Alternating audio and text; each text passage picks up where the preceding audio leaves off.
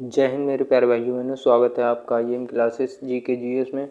आज हम आपके साथ क्या है आज सीरीज को स्टार्ट कर रहे हैं और इस सीरीज में क्या है आज पर आपके साथ है वर्ल्ड ब्लड डोनर डे पर एक नई वीडियो, जिसमें हम आपके साथ विश्व रक्तदान दिवस क्यों मनाया जाता है और रक्त जिसे हम इंग्लिश में ब्लड कहते हैं क्या है, कैसे बनता है से संबंधित प्रश्नों को भी हल करेंगे और इसकी थ्योरी को भी जानेंगे बहुत ही अच्छे से।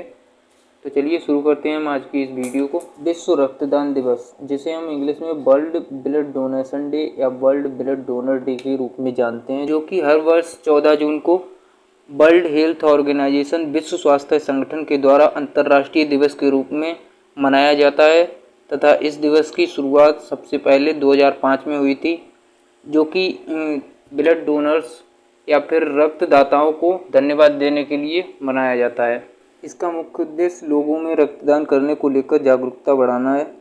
रक्तदान दिवस को 14 जून को ही क्यों मनाया जाता है, तो एवियो रक्त समूह की खोज करने वाले नोबेल पुरस्कार विजेता कार्ल लैंडस्टीनर के जन्मदिन पर इस दिवस को मनाया जाता है। और अगर आप भी रक्तदान करने की सोच रहे हैं तो मैंने यहाँ पर सावधानियाँ कुछ लिखी हैं, उन्हें आपको फॉलो करना चाहिए। जैसे सबसे पहले तो अधिक से अधिक मात्रा में पानी तथा तरल पदार्थों का सेवन करना चाहिए। दूसरा है कि कैफीन युक्त पेय पदार्थों का सेवन ना करें, नशीले और मादक पदार्थों का सेवन करने से बचें। दूसरा, आपका अच्छे से अच्छा भोजन खाएं, आयरन से भरपूर खाद्य पदार्थों का सेवन करें। अब तक हमने रक्तदान से संबंधित चीज़ों को बहुत ही अच्छे से समझा और जान लिया है। अब हम चलते हैं अपने नेक्स्ट टॉपिक की ओर। रक्त क्या है या ब्लड क्या है को जानेंगे और अच्छे से समझेंगे। तो रक्त, जिसे हम लहू या फिर रुधिर या फिर अपनी देहाती भाषा में कहते हैं तो खून, एक शारीरिक तरल द्रव्य है जो लहू वाहिनियों के अंदर विभिन्न अंगों में लगातार बहता रहता है। रक्त एक प्रकार का तरल संयोजी ऊतक होता है। रक्त का निर्माण लाल अस्थि मज्जा में होता है तथा भ्रूण अवस्था बोले तो जब बच्चा अपने गर्भावस्था में होता है या फिर अपने माँ के पेट में होता है उसे भ्रूणावस्था कहते हैं। तो भ्रूणावस्था में प्लीहा में रक्त का निर्माण होता है। और रुधिर यानी कि लहू, जिसे हम खून कहते हैं, खून का निर्माण दो घटकों से होता है जिन्हें क्रमशः रुधिर प्लाज्मा और रुधिर कणिकाएं कहा जाता है। रक्त का जो तरल भाग होता है उसे प्लाज्मा कहा जाता है और प्लाज्मा जो है वो रक्त में 55% तक तथा शेष 45% भाग कणिकाएं होता है। मानव शरीर का सामान्य रक्तचाप, जिसे हम ब्लड प्रेशर कहते हैं, नॉर्मली 120/80 mmHg तक होता है, जिसमें पहली वाली जो संख्या है उसे सिस्टोलिक बीपी तथा दूसरी वाली संख्या डायस्टोलिक बीपी को प्रदर्शित करती है। उच्च रक्तचाप, जिसे हम हाई ब्लड प्रेशर कहते हैं, वह स्थिति हृदय के संकुचित होने सिकुड़ने से बनती है। यानी कि हृदय जो हमारा सिकुड़ जाता है तब हाई ब्लड प्रेशर की स्थिति हमारे अंदर बन जाती है, जिसे हम सिस्टोल कहते हैं। तथा जब हमारा हृदय फैल जाता है तो डायस्टोल की स्थिति बनती है, जिसे हम लो ब्लड प्रेशर कहते हैं। तथा एक स्वस्थ मनुष्य की बॉडी के अंदर 5 लीटर तक रक्त जो है वो होता है। अब हमने यहाँ पर आपके साथ रुधिर वर्ग या ब्लड ग्रुप्स के बारे में डिस्कस किया है, थोड़ा सा ये सारणी के माध्यम से बताया है। सभी रिसर्च और सभी गहन अध्ययनों के बाद ये पता लगा है कि मनुष्य के अंदर 4 प्रकार के ब्लड ग्रुप्स पाए जाते हैं। एक मनुष्य के अंदर केवल एक ही ब्लड ग्रुप पाया जाता है। तो यहाँ पर A, B, AB और O, ये 4 तरह के ब्लड ग्रुप्स पाए जाते हैं। यहाँ पर मैंने सारणी में आपको बताया कि किस वर्ग के व्यक्ति को कौन व्यक्ति अपना रक्त दे सकता है या डोनेट कर सकता है।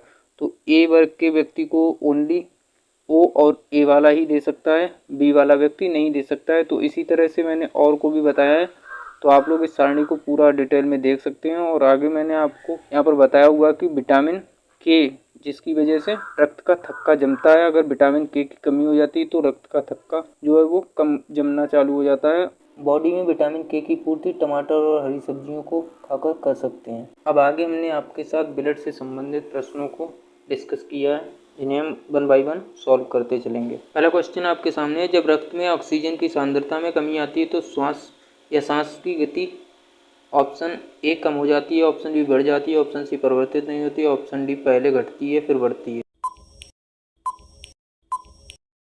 सही जवाब है ऑप्शन बी, बढ़ जाती है। नेक्स्ट क्वेश्चन है, रक्त के जमाव के लिए आवश्यक विटामिन है। ऑप्शंस हैं A vitamin C, B vitamin B, C vitamin D, D vitamin K. सही जवाब है option D, vitamin K. Next question है, रक्त होता है ऑप्शन ए एक संयोजी ऊतक, बी एक उपकलित ऊतक, सी दोनों ए व बी, डी इनमें से कोई नहीं।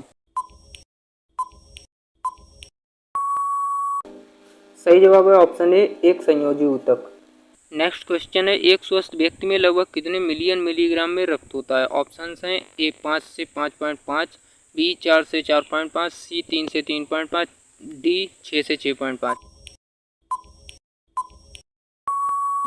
सही जवाब है ऑप्शन ए, 5 से 5.5। नेक्स्ट क्वेश्चन है, मानव रुधिर का पीएच है। ऑप्शंस हैं ए 7.2, बी 7.8, सी 6.6, डी 7.4। सही जवाब है ऑप्शन डी, 7.4। नेक्स्ट क्वेश्चन है, किस रक्त समूह एंटीबॉडी नहीं होती है? ऑप्शंस हैं A O, B A B, C A, D B. सही जवाब है option B, A B. Next question है, हृदय से रक्त को शरीर के विभिन्न भागों में ले जाने वाली रक्त वाहिकाओं को कहा जाता है? ऑप्शंस हैं ए धमनियाँ, बी सिराएं, सी सेप्टम, डी कोशिकाएं। सही जवाब है ऑप्शन ए, धमनियाँ। मनुष्य के शरीर का पीएच होता है। ऑप्शंस हैं ए कम अम्लीय, बी अधिक अम्लीय, सी कम क्षारीय, डी अधिक क्षारीय। सही जवाब है ऑप्शन सी, कम क्षारीय। नेक्स्ट क्वेश्चन है, कणिकाओं के बिना रक्त के तरल अंश को कहते हैं? ऑप्शंस हैं ए ऊतक तरल, B plasma, C serum, D लसिका। सही जवाब है option B, plasma. Next question है, लाल रक्त कणिकाओं के निर्माण के लिए शरीर का कौन सा अंग जिम्मेदार होता है? ऑप्शंस हैं ए अस्थिमज्जा, बी हृदय, सी मस्तिष्क, डी फेफड़े। सही जवाब है ऑप्शन ए, अस्थिमज्जा। नेक्स्ट क्वेश्चन है, लाल रक्त कणिकाओं का औसत जीवन काल लगभग कितने समय का होता है? ऑप्शंस हैं ए 100 से 200 दिन, बी 100 से 120 दिन, सी 160 से 180 दिन, डी 150 से 200 दिन। सही जवाब है ऑप्शन बी, 100 से 120 दिन। नेक्स्ट क्वेश्चन है, रक्त में लाल रक्त कणिकाएं आरबीसी के बढ़ने से कौन सी स्थिति बन जाती है? ऑप्शंस हैं A anaemia, B haemophilia, C polycythaemia, D leukaemia. सही जवाब है option C, polycythaemia. Next question है, एक स्थिति है जिसमें रक्त में लाल कोशिकाओं की या हीमोग्लोबिन की कमी होती है? ऑप्शंस हैं A anaemia, B haemophilia, C प्रोपीरिया, D albinism. सही जवाब है ऑप्शन ए, एनीमिया। मुझे उम्मीद है आज हमने 10 से 15 क्वेश्चन ब्लड टॉपिक से रिलेटेड लगा लिए हैं और हम आगे भी इन सीरीज को कंटिन्यू रखेंगे और आपके साथ डिस्कस करते रहेंगे। इसी तरह से नए नए क्वेश्चंस लाते रहेंगे। जिस भी टॉपिक से क्वेश्चन बनेंगे वो आपके समक्ष इसी तरह से लाते जाएंगे और डिस्कस किए जाते रहेंगे। मैं थ्योरी पार्ट को भी एक ही वीडियो में कवर करूँगा और इसी तरह से क्वेश्चंस को भी कवर करता चलूँगा, क्योंकि मेरा अलग ही तरीका है चीज़ों को डिस्कस करने का। मैं चाहता हूं कि लोगों को क्या है आज सीरीज़ बहुत ही अच्छे से पता लगे, बहुत ही लोगों तक पहुंचे, सबको इसका फ़ायदा मिले। तो इसलिए आप लोग प्लीज़ इसे शेयर करिए अपने दोस्तों में और कोशिश करिए कि थोड़ा बहुत हमें सपोर्ट भी करते रहिएगा। आपको अच्छी लगी है वीडियो तो लाइक ज़रूर कर दीजिए और चैनल को सब्सक्राइब करना बिल्कुल भी ना भूलें। और साथ ही अगर आप चाहते हैं कि मैं भी आप सबके लिए कुछ अच्छा कर पाऊँ तो आप लोग प्लीज़ हमें थोड़ा सा अपना सपोर्ट देते रहिए और हम पूरी कोशिश करेंगे अपने कंटेंट को और भी धीरे धीरे बेटर बनाने की। तो आज के लिए बस इतना ही। तब तक के लिए आप लोग अपना ध्यान रखिए, ख्याल रखिए और अपनी तैयारी में लगे रहिए, डटे रहिए, जी जान से अपनी तैयारी को करते रहिए, क्योंकि आजकल जितना आप तैयारी में लगेंगे उतना ही आप कॉम्पिटिटिव एग्ज़ाम्स को क्रैक कर पाएंगे।